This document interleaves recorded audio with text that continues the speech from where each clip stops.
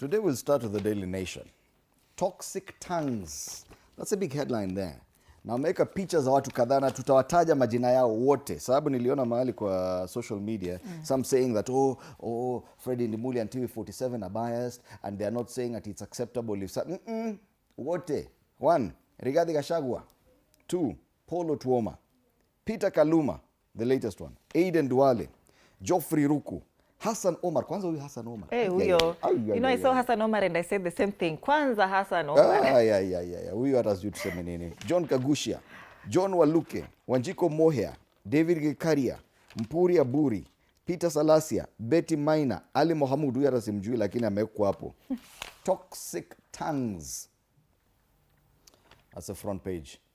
Wanasema hate mongers, wanauliza hawajasema, lakini sema a year to the general election, politicians have resorted to seemingly dangerous rhetoric, prompting the National Cohesion and Integration Commission, the one that doesn't have teeth to bite, to open investigations into alleged hate speech. Whether or not it will result in anything, we do not know.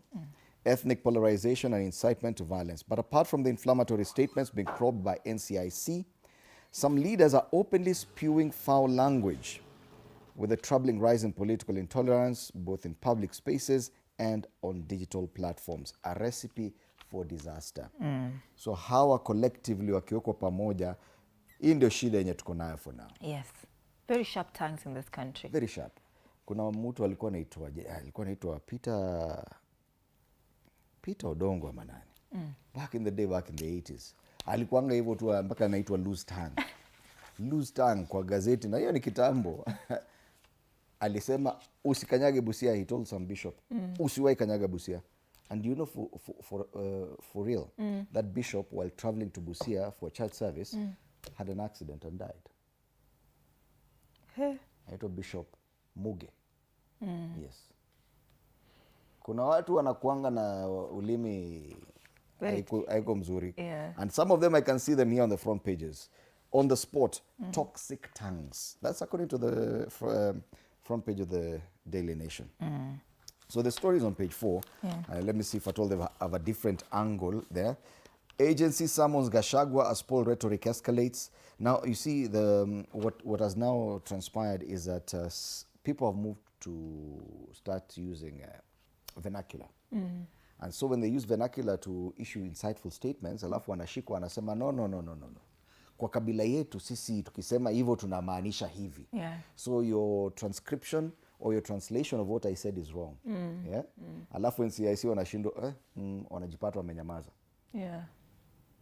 Hakuna, tunawajua, kwani hiyo lugha unaongea unafikiria ni wewe peke yako unaongea? Wacha hiyo mchezo wewe. So that is the main story. Other quick stories here, and we had mentioned the 6 tourists. I think there are 7. 6 tourists and a pilot killed in chopper crash. So recovered teams had by last evening retrieved 4 bodies from the wreckage of a helicopter that crashed on Mount Ololokwe in Samburu County, killing 7 people. The Eurocopter EC-130B4 went down at 9:13 a.m. while flying from Loisaba to Ewasonyiro, according to the Kenya Civil Aviation Authority. Eurocopter na mambo mob. You know, the chopper that crashed and ended up killing former minister George Saitoti and Orwa Ojode was a Eurocopter, belonging to the police, no less. So hiyo ni mambo ingine. Revealing ex-lovers' nude photos now a very costly affair. That story is on page 17. Hiyo imefika kwa front page. Hiyo chunga sana. Hiyo ni serious. Hiyo ni mwecheche. Acha nikwambie vile wanasema huko ndani page 17. Secret lover leaked nudes and 2.5 million shilling fine. Possession of another person's intimate images comes with a duty to protect them. Sikia hiyo. And failure to prevent their unauthorized circulation. Usisema it was by accident mtu mwingine alichukua simu. Wewe ndio nini. Unauthorized circulation can result in constitutional liability even where a victim cannot produce a direct digital trail showing who uploaded them, the High Court has ruled. And it awarded 2.5 million shillings to a married woman whose intimate photographs spread online after being leaked by her ex-lover. Imagine you're a married woman. Lakini kuna ule jamaa mlikosana na yeye kitambo na alikuwa na picha zako lakini hajaipona, anaziachilia tu just to get back to you. 2.5 million shillings hapo pap. Vile inafaa. A third of senior school students cannot read and count. Senior school. 3 in 10 junior school graduates joining senior school lack essential foundational literacy. So wamekuwa wakifanya nini shule kwa miaka 9? Because by the time you're joining senior school, you've been in primary school for 9 years. But they cannot read and write. What are you telling us? Practicals. That's a story on page 8. Wanafanya practicals.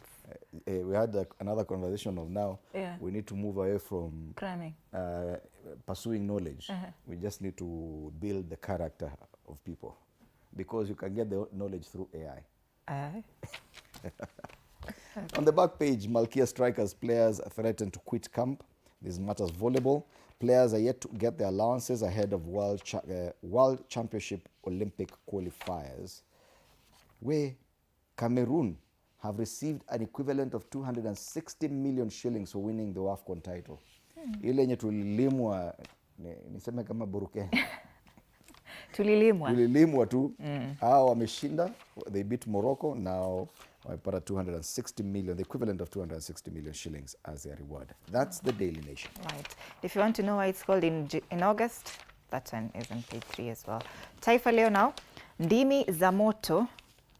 Kenya inaelekea uchaguzi mkuu wa mwaka ujao, huku ndimi za moto za wanasiasa zikianza kuwaka, hali inayozua hofu ya kuibuka kwa siasa za chuki, ukabila na ghasia. Tume ya Kitaifa ya Uwiano na Utangamano NCIC imeanza kuchunguza matamshi ya viongozi mbalimbali ambayo inasema yanaweza kuchochea migawanyiko ya kikabila au kuvuruga amani nchini, na wote wako hapa pia katika ukurasa wa mbele wa gazeti hili kama tu gazeti la Daily Nation. NCIC yaagiza viongozi wa kisiasa kufika mbele yake kuhusiana na matamshi ya chuki, lakini wanafika kweli? Hawafiki. Wanataka waandikiwe barua rasmi ndio wafike. Wengine wanasema huku niambia mapema, sasa mimi niko busy. That will not come. Ndimi za moto ndio hao wote hapo. Habari kamili katika ukurasa wa pili. Vidokezo zaidi, waliopoteza waume kwa Shabab walia. Au ni wajane waliopoteza waume wao kwenye mashambulio ya Al-Shabab Lamu wanalilia serikali. Ni habari katika ukurasa wa 5. Sababu jiji kuwa na baridi kali, right? Chanzo cha baridi hiyo kinaanzia maelfu ya kilomita kusini mwa Kenya. That's a story on page 4, why it's called in August. Faida ya Equity juu 32%, ni habari nyingine katika ukurasa wa 4. Kule juu, Olkalau ilikuwa uwanja wa fujo, yasema KNCHR. Uchaguzi mdogo wa Olkalau ulikumbwa na ukiukaji mkubwa wa haki za kibinadamu, uongaji wa wapiga kura na mambo mengine. Taifa Leo. Kutoka kwenye gazeti la Taifa Leo tuangazie The Standard. Wanauliza swali pale kwenye ukurasa wa mbele wa gazeti hili, for how long, Mr. President? And they say these are ghosts of the ICC in what appears to be frustration among Kenyans over the government's lack of will to tackle the goons menace and the descent into lawlessness perpetrated by political leaders supporting President Ruto against his opponents. The united opposition has now turned to the International Criminal Court, demanding scrutiny of the escalating violence and possible accountability for those responsible. The opposition says the ultimate back stops with the president, whose government has a duty to protect Kenyans and uphold the rule of law. It argues that he bears the greatest responsibility for the anarchy playing out as the country heads towards the 2027 general election. That story is on page 4. And we've been asking this question, okay, so what will it take to stop this? Yeah, CS Murkomen is quiet. He has not even uttered a word about what happened in Homa Bay. His PS, Raymond Omolo, who had actually issued an assurance that nothing will happen and the security will be there in Homa Bay, has not said anything after what happened. Yeah? So, where are we left? Police don't want to arrest anyone. Hata ule mwenye alijipresent mwenyewe akasema I've been summoned by police, nimekuja. Wakaambia no, wewe enda, hata hiyo story hatujui. Unajua ile watu wamesema ni goons, yeye akasema okay, nimeitwa kama goon, nimekuja. Akaambia wewe enda, hata hatujui hiyo story. Surely, so what happens? So what happens? So could this kuna mtu anasema tini law abiding goon. Wacha mchezo. So could this be the solution? That you now turn to the ICC to ambie, ile tuliona 2007, we don't want a repeat of that. And so to present it, please come and observe what is happening. Our president is quiet, Our minister is quiet. Our IG of police is quiet. Police don't want to do anything. Yeah. So tumeachiwa goons tupigane nao watumalize. Then what? 355 days to the general election. No one is addressing this. Do you think the ICC is a way to go? Yes. That's what the opposition has decided to do. That story is on page 4. Wanasema security crisis, opposition invites the ICC to probe political violence. Yes. Wamesema sasa they are turning to The Hague as attacks on politicians and journalists plus civilians raise fears of a 2027 elections, because if we continue the way we are, italeta shida. Yeah. That's the main story. Kenya braces for El Nino fury as floods threaten key disruptions is a story on page 2. This one, I think, should ideally be on the front pages because people need to prepare. Flood-prone areas, are you able to move to higher ground? Do you even know if the area you're living in? Some of them here in Nairobi is prone to flooding. Ama tu umekaa tu hapo unajua unapanga to Christmas, 128 days to Christmas. El Nino is coming before Christmas actually. It's coming in the next 1 month. October, November. It will be so countdown to El Nino before countdown to Christmas. Because you could be living somewhere. You know those areas in Athi River where they've built very nice houses. El Nino ikikuja, maji yote yanaenda huko. Prepare. That story is on page 2. You can read more about it. Helicopter ferrying tourists crashes near Mount Ololokwe. We've talked about that. Yes. A report says many learners at senior school cannot read or do basic mathematics. Senior school, Sai senior school inaanzia grade 10, which is the equivalent of Form 2. But they cannot do basic arithmetic. They cannot read. What exactly have they been doing in school for the last 9 years? If they cannot read or write. Study shows 3 in 10 CBE pioneers fail to grasp elementary grade 3 knowledge. The report blames inadequate funding and staffing and other inequities in public schools. So how did they even cross over to senior school? That's the question. Yeah. All right. Appointment of Lesiampe as KNH boss challenged is another story there. I'm looking for stories. Stories very few. Opposition renews push to keep Smartmatic out of 2027 election. Yeah. Leaders warn IBC must not use deadline excuses to contract controversial company. How do I provide ile kimskit ama ni gani hiyo? Yeah. Opposition says the people's right to a transparent vote and democratic principle must override commercial interests. So they do not want Smartmatic anywhere near our elections. Right. And ile summit ya health bado inaendelea. Imeisha jana. Ilisha jana. Kuna story hapo page 14. Muangalie mingi kuhusu SHA. All right, on the back page, world champions Cherotich and Odira and Wanyonyi set for Lausanne battle. The Kenyan stars are competing in star-studded field in the 12th leg of the Diamond League circuit. So we hope for some good performance there from Kenyans. And that's the Standard, the bold newspaper. All right, People Daily. Political parties in scramble for Gen Z votes, TikTok and memes. So this story is on page 4, and they say Kenyan politicians are scrambling to win over youthful voters ahead of August 2027 general election. That the young voters have become a primary focus for political survival, with parties taking to TikTok, memes, and AI-generated content to reach their target audience. So far, some parties have rebranded and acquired new names, while others have gone as far as shifting messaging with focus on attracting the young population, majority of whom are expected to vote for the first time next year. TikTok and memes. Sasa ukienda pale ukae ni kama, I saw somebody saying that Kenyans are just supporting so-and-so because so-and-so is tall, dark and handsome. Kenyans are just voting for so-and-so because so-and-so has dimples. Because so-and-so knows how to dance. So, yeah. That is what the story is about. So, other quick headlines on the front page of the People Daily. Mixed bag awaits Linda Mwananchi as Sifuna lands in Meru after Homa Bay horror. That's a story captured on page 2. What lays in store for Linda Mwananchi in Meru after Homa Bay? So they will be going to Meru. When? Is it next month? Yeah. This story is on page 2. that Linturi, Munya and Mwangaza have been on the forefront rooting for the opposition in Mount Kenya East and have pledged to bury their differences as the country troops towards 2027. Linda Mwananchi will be there on the 30th of this month. Kenya turns to locally produced solution amid anti-venom shortages. There's another story on page 14. How Kenya sacrificed 627,000 school slots to pay penalties on unused levies. That's also a story on page 6. And that's the People Daily, People and Politics.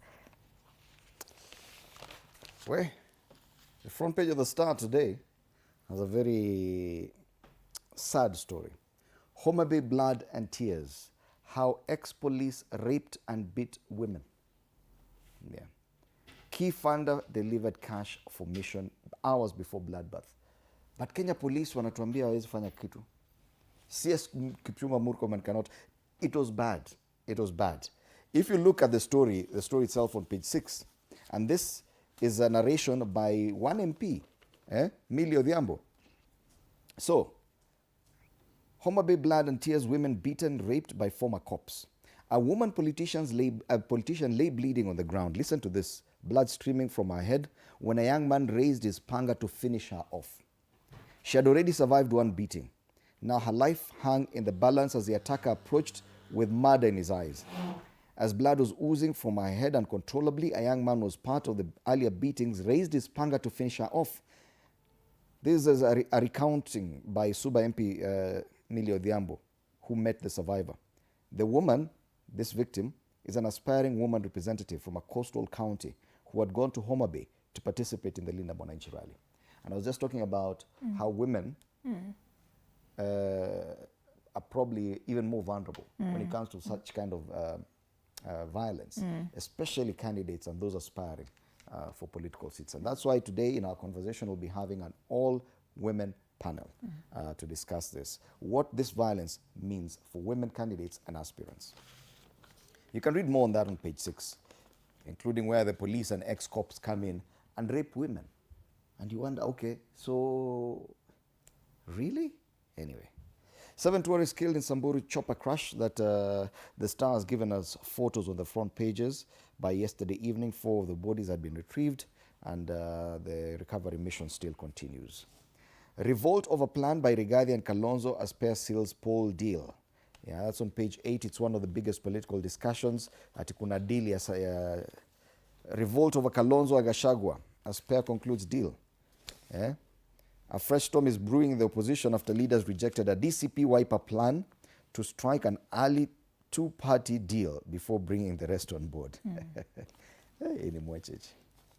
Uko juu, Dr. Mutiso murder, a trail of bullets, land and missing police. You can continue reading that story there. Back page matters football. Season curtain raiser, Gor Mahia and Tusker set for high-stakes Super Cup clash on Sunday. That's the Star. Fresh, independent, different. You can grab yourself a copy of this paper for only 60 shillings. All right, very quickly, Business Daily. ABSA's minority investors reject 24 billion shillings share of. They say that ABSA Group fails to buy 16.5% stake in Kenya unit, and over 64,000 investors snub offer to sell their shares. Kenya's 12 billion shillings condemned fuel shipped to DRC and South Sudan. That's another story on page 2. Very interesting read. On the ticker, Land House shares deals hand Treasury 26.8 billion shillings. And that's the Business Daily. All right, from the Business Daily, let's go regional and see what the papers in Uganda and Tanzania are talking about. We start off in Uganda. The Daily Monitor. The new blood. The Chief of Defense Forces, CDF General Muhoozi Kainerugaba, has made several changes in the command structure of the Uganda People's Defense Forces, UPDF, replacing many officers who participated in the Bush War. Wale walikuwa na mzee kwa ile vita ya nini wametolewa wote. Amesema sasa anataka vijana kama yeye. Kainerugaba. Na baba yake amekubali tu. So wamewekwa pale sura zao kwenye ukurasa wa mbele. The New Vision, how to get tax waivers. Government explains process for struggling businesses. And American recounts alleged Besigye plan to use poison. That's a story on page 6 and 7 of the New Vision. Those are the stories in Uganda. Let's move on to Tanzania. We start off with the Citizen. How Tanzania can weather prolonged US-Iran conflict. Hiyo hata tulisahau. Do you know, kwanza hata wacha US Iran, unajua Ukraine Russia are still at war. Yeah. And we moved on and forgot about them. This is 2026. Hatuta focus hapo kama ile vita ilikuwa ya Iraq. Every day tulikuanga tu tunasikia Iraq. People have moved on. So experts say Tanzania needs stronger domestic economic resilience and long-term contingency plans, as uncertainty over the US-Iran war raises risks of prolonged disruptions to energy, transport, trade, and agricultural supply chains. So matters fuel and how it affects the Tanzanian economy, given that the conflict between the US and Iran appears not about to end. Tusonge mbele, gazeti la Mwananchi. Chalamila alivyoliamsha dude stendi ya Magufuli. Asisitiza katazo kushusha, kupakia nje ya stendi hailirudi nyuma. Anasisitiza katazo la kushusha ama kupakia nje ya stendi halirudi nyuma. Sasa nimeshika. Aipa LATRA rungu kufungia leseni kampuni zitakazokaidi agizo. Vituo vya ukaguzi vyaanzisha mmiliki watilisho. Anyway, what they're saying is there's a law. They're designated bus stops and bus stations. Ndio inaitwa stendi. Stendi ya basi. Kama pale stendi Kisa. Sasa usipotumia bus station ama the designated bus stop, hiyo agizo utalipa. Ndio amesema hivyo. Kiswahili tu ni vile ni ngumu kiasi, lakini that's exactly what they're saying. All right, so those Instagram and Facebook zashtakiwa kuharibu maadili ya watoto kule Tanzania. Ni habari nyingine imepewa kipaumbele pale kwenye ukurasa wa mbele wa gazeti la Mwananchi. So those are the regional and local dailies. Let's come back and take a look at the cartoons this morning. Tuone